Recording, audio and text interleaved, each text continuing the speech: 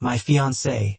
She should get like a reward for being the absolute best actress in the world because for years, I thought she was an innocent, delicate little flower. But what I found out, oh, she's far from that. I caught her in a bold-faced lie, and this bold-faced lie stretched further and further and further until I busted the bubble. And you won't believe what I caught her saying. This once innocent person turns out she's after me just for my money, and here's the worst part about it. My son is in on it. I'm 59 and female, and I overheard my soon-to-be daughter-in-law, Toby, make a comment that did not sit right with me. With the wedding coming up, I'm not sure if this is something that should be addressed, or if I should just let sleeping dogs lie. My youngest son, Tate, is engaged to Claudia, and they've been planning for their wedding for the better part of last year. We're coming up on the last few weeks before the big day, and tensions are running high, as they usually do in the days leading up to an event like this. Everyone's nerves are practically on a razor's edge. This isn't anything new. Tate is the youngest of three, and his siblings, Harlow and Maddox, have both put me through much the same. Wedding planning doesn't exactly get simpler with time, but it does get more familiar. At least having a wedding planner helps too. That said, nothing about this wedding is simple. I won't shy away from the fact that I've done well for myself. In my early 20s, my husband and I started a company together. It had to work. It was a lot of hard work, and in a different way it definitely still is. But it's allowed me to have the financial freedom that I used to daydream about having as a child. I used to be a working-class family living on the rougher side of town as a kid. Now, I'm comfortable and I want to make sure that my children are comfortable too. My husband, Brighton, shares that sentiment, and in fact, he probably holds it with more conviction. We met shortly after Tate was born, and Brighton's previous partner had walked out on him. 10 months later, Brian hadn't even known she was pregnant until she showed up with a 2-month-old Tate on his doorstep. Skip down, he hired my then roommate to be their nanny, and somehow the two of us met. 3 years later, well, those kids were my stepchildren. Harlow and I had an instant connection. I truly believe that in every universe, one way or another, she's my daughter. At that age, Maddox followed his big sister around everywhere, so the two of us bonded pretty quickly. Tate was much younger. He didn't have any memories of his mom. So when I adopted the older two, even though Tate was too young to realize or even know what adoption was, he was already calling me Mom. So I adopted him too. They're my kids. Kids don't stay kids forever, do they? My relationship with Harlow and Maddox weathered their teenage woes, and by the time they were in college, they were calling me more than I called them. With Tate, however, things went in a different direction, largely I think due to the passing of their father. When Tate was 8, Harlow and Maddox were 17 and 15, respectively. In Brighton, he was killed in a car accident. We were on our way to pick Tate up from a friend's house when we were T-boned by a truck going way above the speed limit. I got away with a couple of broken ribs and whiplash, but Brighton, he was killed on impact. The kids took it hard, of course they did. But where Harlow and Maddox rallied around me, Tate, who was much younger and much less equipped to understand what was going on, blamed me. I had all three of them in therapy pretty much immediately, but Tate never let go of that belief. He just got more and more convinced of the fact that if I'd never married his father, he would still be alive. His siblings tried to talk to him, of course, his teachers, his grandparents, everybody. He never let up, though. It was hard to hear my son say that I hurt his father, that I got rid of him, and that he wished I'd never joined the family. But I pushed through it. He was still my boy and he was hurting. I tried not to treat him any differently from his siblings.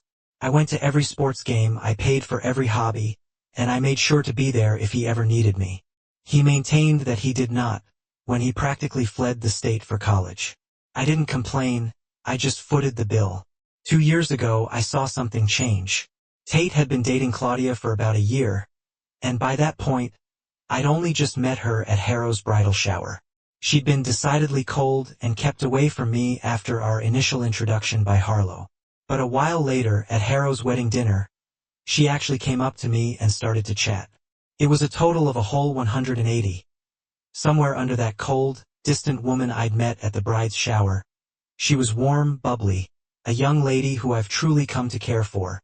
She explained to me that before meeting me, she'd only known what Tate had said about me, which had not given her the best impression. However, after watching how I interacted with everyone, especially my children, including Tate during Harrow's wedding, her impression of me had completely shifted. She saw a mother who loved her children, someone whose family she wanted to be a part of. From there, she did what no other therapist had been able to do. She convinced Tate to see past his hurt, grief, and anger at his father's passing and start to heal. You know, it's been a wild process, adjusting to the whole lack of hostility from my youngest son, but it's been a welcoming one. In the last 2 years, I went from never seeing or hearing from my son to bi-weekly phone calls, checking in and visits. When I received a Mother's Day gift from him for the first time that year, I was actually late to brunch with Harlow because of how emotional I got when Tate told me that he was going to propose. Last year, I was over the moon. I was more than ready to welcome her into the family officially. I mean, of course, I said as much to Tate and told him the same as his sibling. My gift to him would be a fully paid-for wedding and honeymoon, and of course, a share in the family business for Claudia, as per tradition. Well, that brings us to today, guys, the present. Earlier this week, I attended Claudia's final dress fitting alongside her mother and a bridesmaid. The dress has turned out beautifully, as expected, but what caught me off guard was the conversation I overheard in the fitting room. Her 2 bridesmaids were helping her out of the dress at the end of the appointment while her mother and I waited. I just handled the bill, and her mother went to go and get their car, so I went to let the girls know that I was heading off. When I got closer, though, I could hear the conversation they were having. One of the bridesmaids was telling Claudia to be careful and let them take the dress off slowly, but the other responded by saying, essentially, "Why, that old jerk's got enough to get another dress anyways."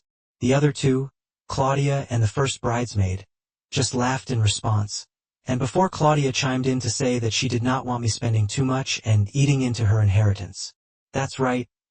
I didn't say anything, nor did I listen to the rest of the conversation. I just went to my vehicle and went home, thinking on it. Now, I don't doubt that the conversation was about me, but I'm considering that I may have misinterpreted sarcasm or something that would explain Claudia making such a statement. I'm hesitant to bring this up. I don't want to cause any problems so close to the wedding date, and I especially don't want it to turn out as me blowing something out of proportion, an innocent comment because I didn't understand the context of the situation. I feel like it's possible that I'm being extra cautious about this because my relationship with Tate has only been stabilized recently, but I just don't want a chance damaging it over something that might be nothing. For the same reason, I'm hesitant to ask either of my other children what they think. They, especially Harlow, are very sensitive about Tate, or in this case Tate's adjacent people, insulting me. After everything with this childhood, I love it. I'd really love it if anybody closer to Claudia or Tate's age, listening to this, could speak on this and give me some insights. Am I reading too far into this? Is this something I should bring up? Please let me know. Update number 1. Oh boy! After I read all the comments and replies I got on my original post, I thought over everything. I decided to let the matter go, guys. I know many of you, especially those of you demanding that I cut them out of the will and go no contact, are probably disappointed. But it just wasn't something I felt was worth making such a big deal out of, not so close to the wedding after all. I've known Claudia for 2 years by this point, and she's never given me any reason to think about her like that. Of course, after the rehearsal dinner, I can acknowledge that I may need to reevaluate that opinion. Yesterday afternoon my family, along with many of the wedding guests, arrived at the beachside resort where Tate and Claudia's wedding would be held. With so many friends and family members coming in from out of state and abroad, they decided to turn their wedding into a vacation. Arrival was yesterday along with a welcoming lunch, then everyone was free to do what they wanted. You know, whatever, join in on some pre-booked activities. Up until the rehearsal dinner early tonight, I took the time to relax on the beach and spend time with Harlow and her husband Maddox's family. Admittedly, I had a very good time. That all fell apart after the rehearsal dinner. While everyone gathered in the banquet hall at the rehearsal dinner, where it was being held, Tate and Claudia were waiting just outside for their grand entrance. Once everybody was in, Maddox was supposed to go and get them, but his young daughter was extremely comfortable on his lap, so I offered to do it instead. Apparently, over here, conversation is going to be a trend for me. They were standing a bit far away from the little side hallway, looking out over the ocean, so their backs were to me. They were having what sounded like a very high-spirited convo, from their tone of voice. It was clear that they were somewhat, cognizant of the fact that they weren't in a fully private space, but they were speaking in French instead of English. To spare myself the heartache, I'll only write out the most important part of what was said in the midst of the discussion.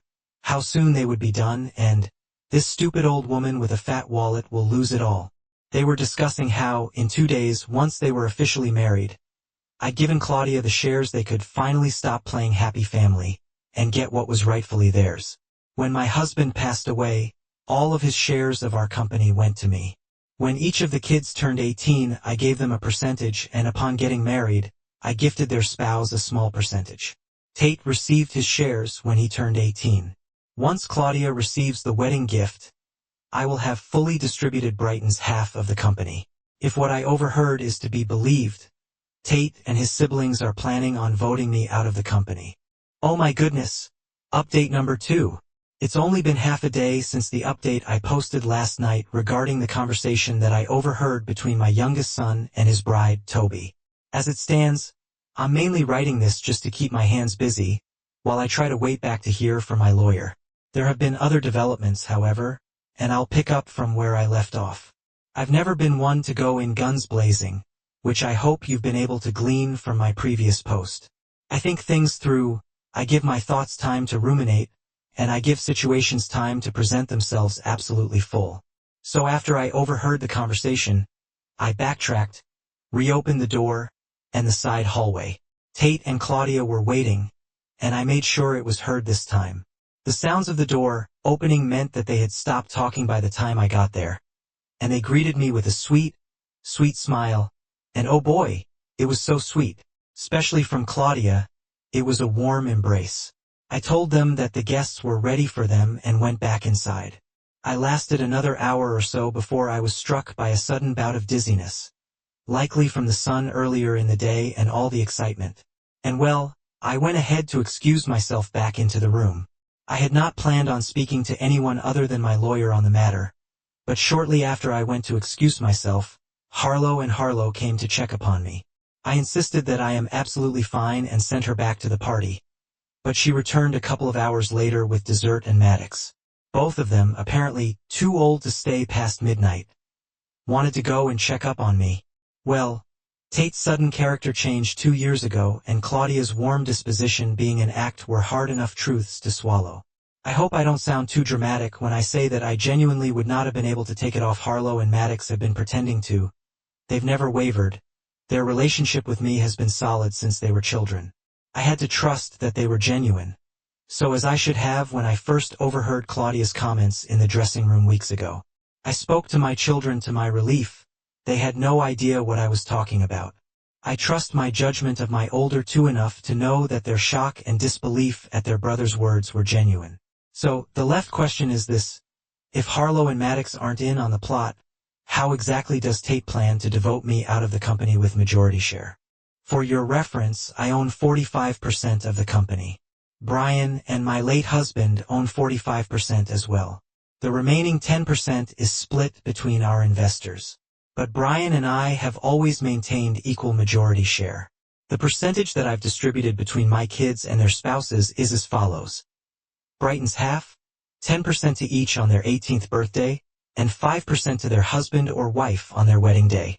In order to vote me out, Tate would not only have to pull all of his sibling shares but also get my investors on board to do it too. I've already contacted my lawyer. Given the fact that I did so at 2 o'clock in the morning and it's now 6 o'clock, it's going to be a couple of hours before he responds. Today is another leisure day, but right before the wedding tomorrow. And today, I uncover what my youngest son and his wife-to-be have planned. Anyways, I'll get back to you with update number 3. I want to make it clear that I do not approve of letting my children get in the middle of my conflict. I've never wanted them to get caught in the crossfire of anything I've involved myself in, and it did not matter if it were a business venture, an agreement, or an argument with their father. I would not have my kids be collateral or needlessly involved. I'm the parent. I can handle things. And this is to emphasize the point that I did not instruct or even hint at wanting Maddox to play at being a spy or something to find out what his brother had planned. I'll cut to the chase. I'm going to go ahead and cut through the needles and details and get to the meat of the discussion. Maddox spoke to Tate, according to Maddox, and the voice recording he took of the entire exchange. He played up being annoyed at me. He went to Tate to complain about Mom being such a drama queen about my alleged dizzy spell last night. Maddox told Tate that Harlow had gone to check up on me afterward, like the yes-dropper that she's been and always has been. He was tired of both of us. He slowly guided the conversation until he admitted to Tate that he only still let me be and see his daughters because he wanted to make sure that when I passed away, I left him a good inheritance. You would think that Tate would not fall for such a sudden deviation from Maddox's regular opinions, but apparently, his own resentment of me and a few mimosas can do wonders. He was elated to hear that Maddox was anti-mom, and had finally seen the light. Maddox just sighed and said he was happy to have someone, so I don't know, to commiserate with for the next few years. Tate then laughed and told Maddox that he would not need to and that Tate had a plan to handle me within the next few days.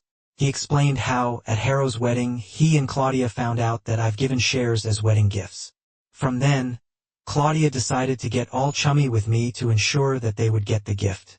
Only once they had the total of 15% would they convince Harlow, Maddox, and our investors to side with them. When Maddox asked how, Tate explained he planned to hire private investigators after his wedding to tell everyone else and use whatever information they found to sway everyone to his side. He was planning on blackmailing his own siblings. Guys, I can't fully understand how infuriated I am by this information. Tate was planning on blackmailing his older brother and sister and deciding with him to vote me out at the company that I founded so that he could sell the business and reap my reward for money. Something he's never lacked. He was willing to have someone stalk and dig up dirt on his own brother and sister and use it against them.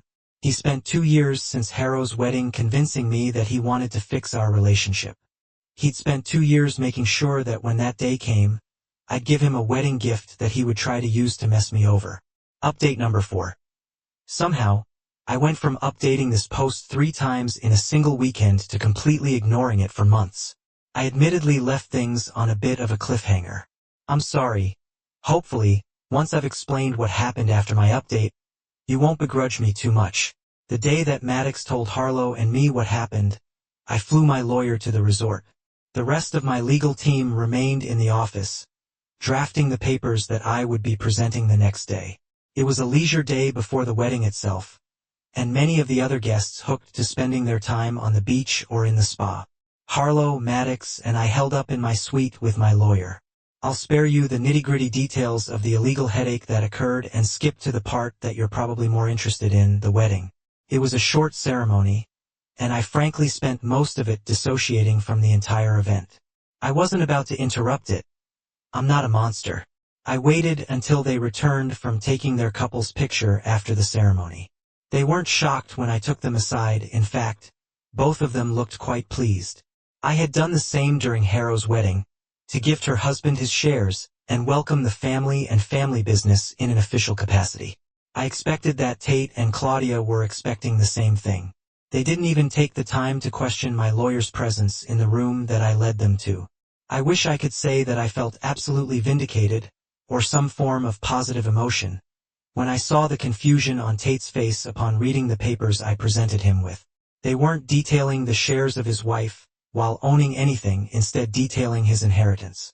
I was disinheriting him. I didn't say a word when he asked me what was going on. I let my lawyer explain everything. I couldn't speak, not until he started arguing about his birthright and his future. Sure, I'd almost been choked up until that point, and then angry. The indignation and the betrayal all turned back up as I remembered what he'd planned to do to his siblings to get what he thought was his birthright. I didn't yell, I didn't cry, I didn't even let my voice waver. With a straight face, I just said, "Good luck, buddy, with your future. I'll have no part in it." I left after all that and walked right out the doors of the resort. My bags were already packed, and I didn't even look back. My children, my Harley and Maddox, they left shortly after. I didn't ask them. They told me that they didn't even want to look at him. Finding out what our brother planned to do, blackmail, turning against your mother. Well, that has that effect on kids, from what I've heard.